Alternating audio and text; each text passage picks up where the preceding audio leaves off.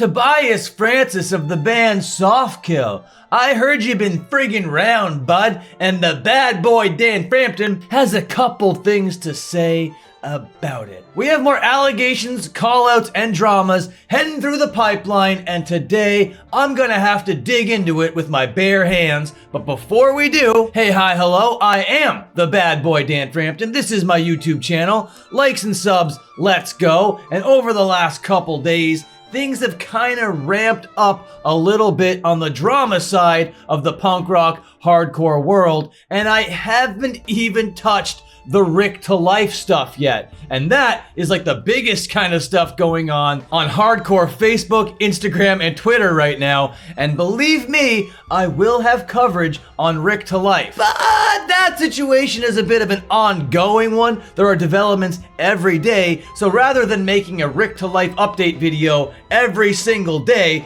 I'm just kind of waiting for this drama with Rick to Life to hit a boiling point before I come out here and make my video on it. Today's video, however, is about Tobias Francis of the band Softkill. And for the call out of Francis, all we have to do is to go over to John Hammer's Instagram. He is of the band Empire Down, and here we have that very call out post. Now, when you look at members of Softkill, they look like an oi band. They got the Fred Perry going, they're shaving their heads down. They have somebody on keys who is actually kind of like an Instagram influencer now, going by the name of Rico Case. But they are not an oi band. They appreciate oi bands, and they appreciate that kind of culture. They're always at oi shows and around oi people, but they sound like this.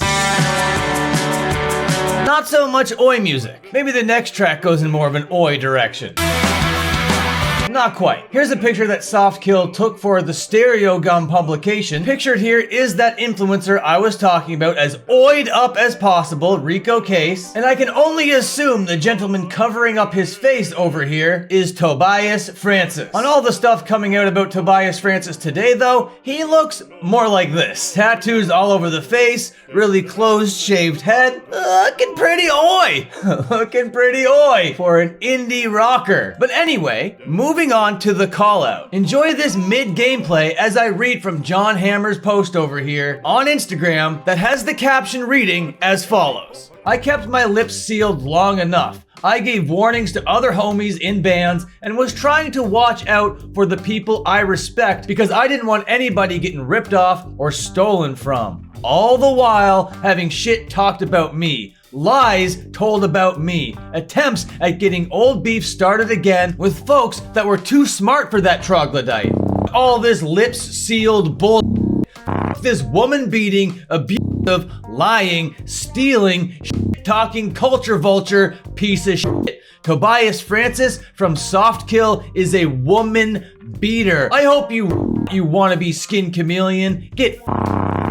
And then he goes on to clarify in the comments the following. Just to be clear, the physical weren't known until last week. So any of you chuds saying that I've been gatekeeping the abuse to specific people can f*** off. And that's fair enough, John, because that would be a criticism I could see being levied at you. Wait a minute, you knew about all this stuff and you weren't telling anybody? Why is that? But your response here, well, that covers all that, doesn't it? And then we got another commenter under this post saying, from Portland post-punk to Chicago skinhead. Don't know about you guys, but I'm really looking forward to the Juggalo era of this band. Whoop whoop. And that was something they were praised for being, up until today. Oh, they're always evolving their sound. They're this, they're that. To me, I've only learned about Softkill within the last year and a bit, since that influencer Rico Case started to gain waves. For all of her little skinhead oi girl outfit of the day videos that started flooding my timeline, which I will say, she has a good sense of style, for sure. But I was surprised to see that oi girl and this oi boy make this kind of music. Qu'est-ce que c'est? John Hammer wasn't quite done there. He added more to his stories over here. And to everybody criticizing why I throw to gameplay when I'm reading statements now, it's because the bad boy is blind and he's got to put on his good boy glasses, and there's no way that you're gonna be seeing the bad boy in his good boy glasses. Nuh-uh. Okay, roll the gameplay. Tobias from Softkill has a long history of abusing women. I hate that this happened, but I'm finally glad that somebody started to document his abuse to save other people from the exact same experience at risk to themselves. I was in the band for 3 months before I realized that this guy wasn't on the level. His entire biography is a lie. He's a rich kid that manufactured a story about gang life and addiction to the grift. Anything this dude tells you is a lie. He was never in prison. He is not in recovery. He has Nazi tattoos. He did not grow up in the streets. His father is a millionaire record producer that has bailed him out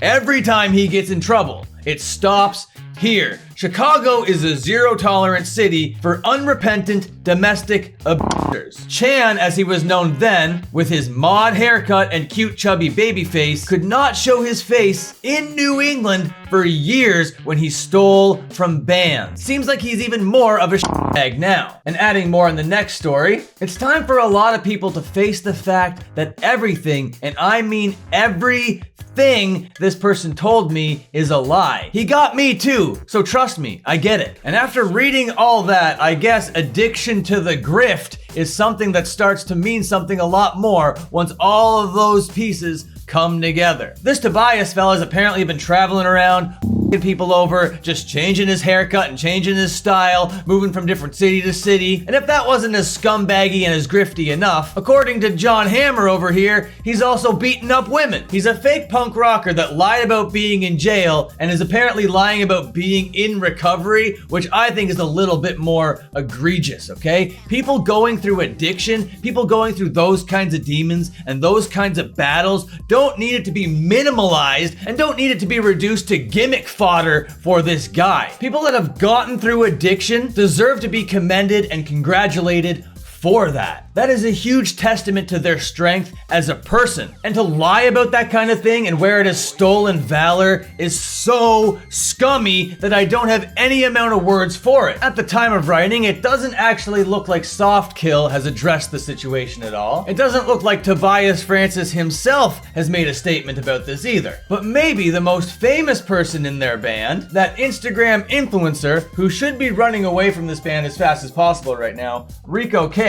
I wonder if there's anything in her story right now regarding this situation. Highly doubtful. Rock and roll at a show, rock and roll music, doesn't look like it. No, nothing, not a peep.